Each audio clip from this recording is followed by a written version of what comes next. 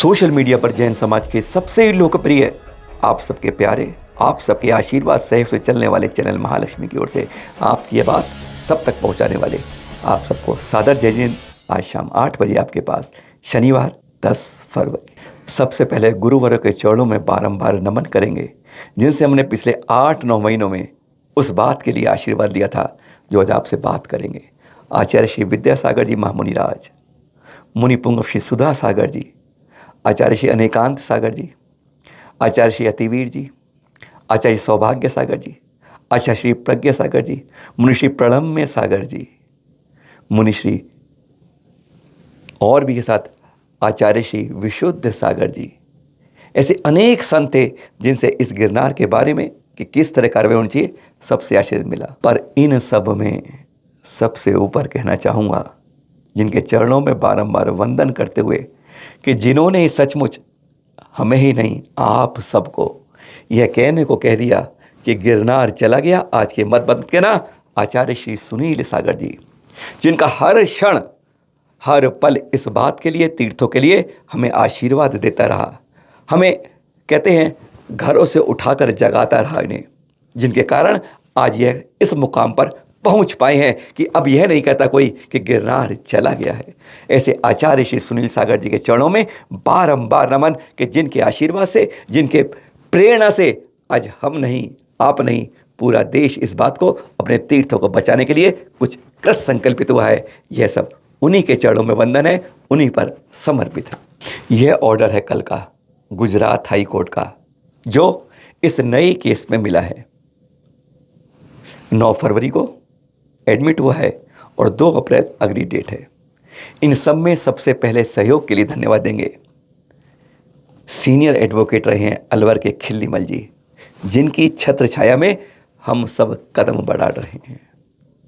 दूसरे इसके लिए सुप्रीम कोर्ट के जाने माने एडवोकेट मनोज भाई साहब, जो नोएडा से अहमदाबाद इस केस को लड़ने रावल जी वकील साहब के साथ लड़ रहे हैं और अभी कुछ देर पहले दिल्ली पहुंचे हैं।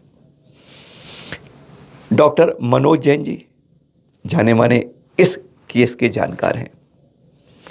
साथ में सुधीर बद जी, जिनके ऊपर बेफालतू में एफआईआर हो गई है, लेकिन वह भी इसमें जज्बे के साथ लड़ रहे हैं। सचमुच अजय जी है अहमदाबाद के, जिनको ने इस बारे में पूरी तरीके से दिन रात एक कर रखा है। और इनके साथ हैं डॉक्टर विमल जैन जी, जानते गिरनार एविडेंस बुक्स लिखी इन्होंने। उन सब ऐसी एक छोटी सी टीम बड़े बड़े मंसूबे लेकर अपने तीर्थों को बचाने के लिए कृत संकल्पित है, जिसका परिणाम यह शुरुआत है। माननीय जज महोदया वीडी नानावती जी की अदालत में यह केस मिला। उन्होंने सुनवाई की, अच्छी तरह देखा और स्पष्ट संकेत दे दिया कि जिन पर केस किया गया है उन्हें चारों रिस्पोंडेंट्स पर तुरंत इसका नोटिस भिजवाया जाए। 2 अप्रैल अगली डेट है। बहुतों के विरोध के बावजूद इस केस को करने के लिए सुधीर जैन जी, सकल दिगंबर जैन साधर्मी सहयोग प्रतिष्ठान के साथ हमने इसकी शुरुआत की।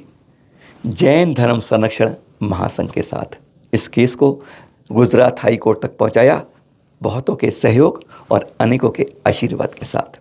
और अब इसकी मुख्य बिंदु क्या है, जिसके कारण आज हम अपने वजूद के लिए, अपने गिरनार को, तीर्थ को सुरक्षा के लिए, अपने भगवान नामेनाथ जी की इस मोक्ष, बल्कि कहें तप ज्ञान मोक्षस्थली के लिए यहाँ से सिद्धालय गए और सब बुनियादों 72 करोड़ 700 बुनियादों की मोक्षस्थली की, उसकी पहचान बनाने के लिए आज हम सब इकट्ठे हुए हैं इस केस के साथ। इसमें पार्टी बनाए हैं 4 रिस्पोंडेंट।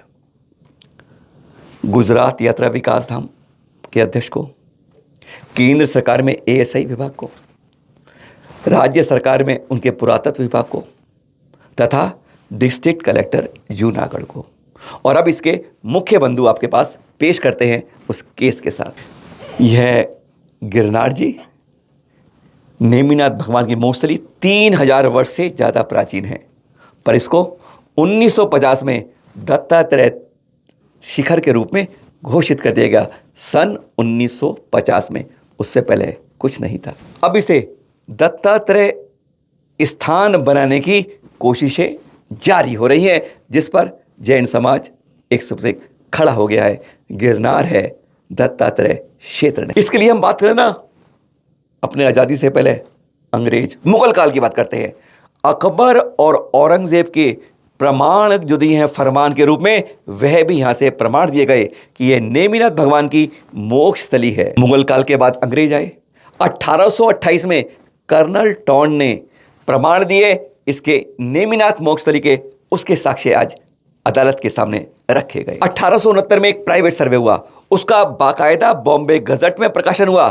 उसमें भी यही साक्ष्य हैं कि यह नेमिनाथ भगवान यानी जैनों का गिरनार है। 1874-75 में जब जेम्स वर्गीस गए थे, सब जानते हैं, डायरेक्टर ऑफ द के ASI के आर्कियोलॉजिकल सर्वे ऑफ इंडिया के तब के निदेशक थे। उनके बारे में सबको मालूम ही है कि यहाँ घंटा था, कोई दत्तात्रेय नाम नहीं था।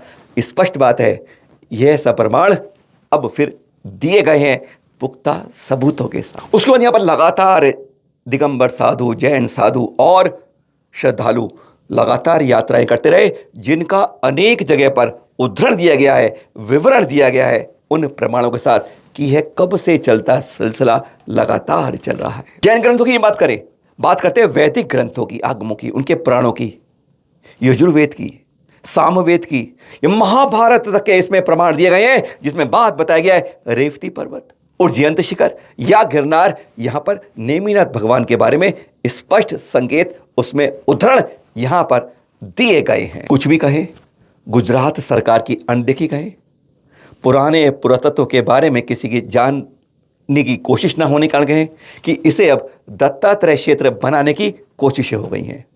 इसके लिए बाकायदा गुजरात विकास यात्रा धाम बोर्ड जो है, उसको 114 करोड़ रुपए की योजना दी जा रही है कि यह दत्तात्रेय क्षेत्र के नाम से इस क्षेत्र को विकसित किया जाए। और तभी से जैन समाज एक प्रकार से हैरान हो गया, जिसे गिरनार गिरनार गिरनार कहते हैं, वह सब क्यों साफ किया जा रहा है। यही नहीं, यहां पर नेमिनाथ भगवान केवल मोक्षस्थली नहीं, उनकी तप स्थली है। ज्ञान कहते हैं, जब राजुल, जूनागढ़ की राजकुमारी राजुल थी ना, उसका तक नाम इतिहास में अब आर्कियोलॉजी डिपार्टमेंट में नहीं लिखा जा रहा, जबकि वह राजुल जो यहाँ की राजकुमारी थी, जिसके नाम पर राजुल गुफा भी है, सब कुछ मिटा दिया जा रहा है। श्री कृष्ण जी के नाम जानते हैं आप, लेकिन श्री कृष्ण जी के बेटे जो है ना, प्रद्युम्न स्वामी जी, चौथी टोंक से गए थे। शंभू स्वामी जी तीसरी टोंक से गए थे, और पोते जो उनके थे अनिरुद्ध स्वामी जी दूसरी टोंक से गए थे। ये तीनों नाम तक यहां पर नहीं है, जबकि नेमिनाथ भगवान ने तब भी किया, केवल ज्ञान स्थली भी है। और उसके बाद यहाँ का रजज गिरनार के नाम से पूरी जगह लोकप्रिय है, पर यहाँ पर आर्कियोलॉजी डिपार्टमेंट में इसके नाम नहीं है। यही नहीं, यहाँ पर दत्तात्रेय जी का नाम है, दत्तात्रेय भगवान का नाम है। इतिहास खंगाला है तो उनके 16 मंदिरों का पूरा उल्लेख किया गया है, पर उन 16 मंदिरों में कहीं भी गिरनार, उज्जैन या रेवत का नाम नहीं आता है।